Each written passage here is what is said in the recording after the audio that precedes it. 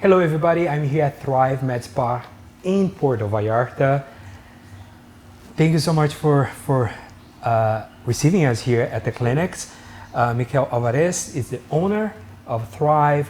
So you're doing something which I think a lot of people, including myself, although I have a lot of hair, are looking for, the implant. My boyfriend has a clinic in Tijuana, and the team has been going there and doing transplants there from Guadalajara to Tijuana, and then he introduced them to me.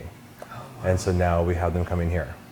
And so we've been doing it for about 9.5 months. Oh, how has it been then? And it's been wonderful. It's been really, really good. A lot of happy people. 2 weeks ago we did 5 in 2 days, 5 people in 2 days. Most of them are Americans or Canadian? Sorry, 5 over 3 days.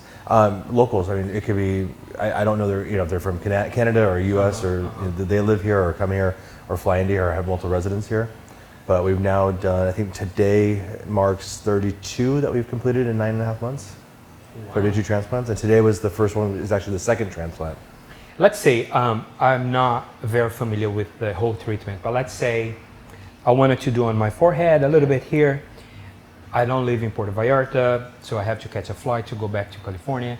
So what is the benefits for somebody, a visitor coming to PV and do it here, and what is the most people when they think about hair transplants, they want to go to Istanbul, which is a great place to go. But travel over to Istanbul, do the procedure, it's a lot more cost involved. They might be on par with what I charge per follicle. However, when you calculate the travel, when you calculate the hotel and expenses, and et cetera, that adds a lot more than just flying down to Puerto Vallarta, a nonstop flight from California. We need you here for at least 4 days, the day before, because your procedure starts normally at 7:30 in the morning. So we want you to come in the night before. We start the procedure. The procedure is 8 hours from start to finish. Have lunch provided, and then you go home and you rest for the rest of the night. So you come back the next day. That'll be day 3 technically. I take the bandage off, I clean it up, make sure everything's looking good, and by day 4 you're able to travel again. So we have a different technique to minimize that swelling. But it's not something somebody should be afraid of, because that's a normal process of the treatment. Yes, it is a normal process. We have antidotes to minimize that swelling. So yes, if you don't follow those procedures, then yes, you can have a moon face, balloon face. But there's things that we do that are special to us that will minimize those things.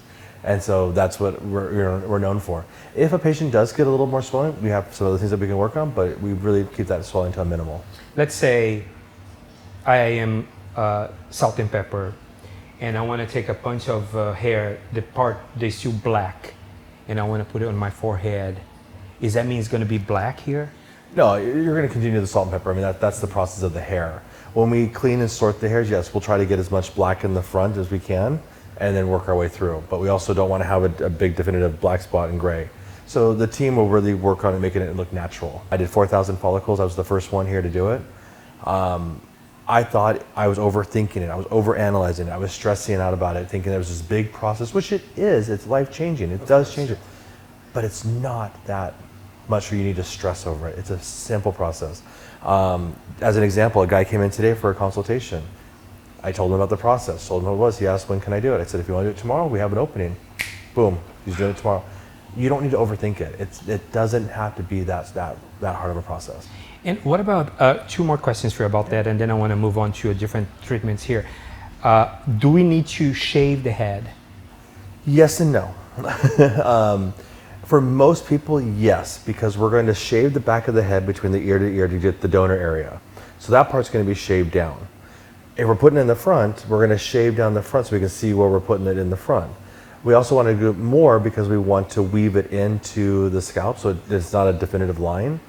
So now you're going to have the front part shaved. So you're just going to have like this little barrette of hair. If you didn't, it would look stupid. It's a life changing for a lot of people, especially men.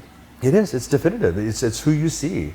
It was a big change. I've noticed that myself. I look and feel younger by having the hair that I didn't have before.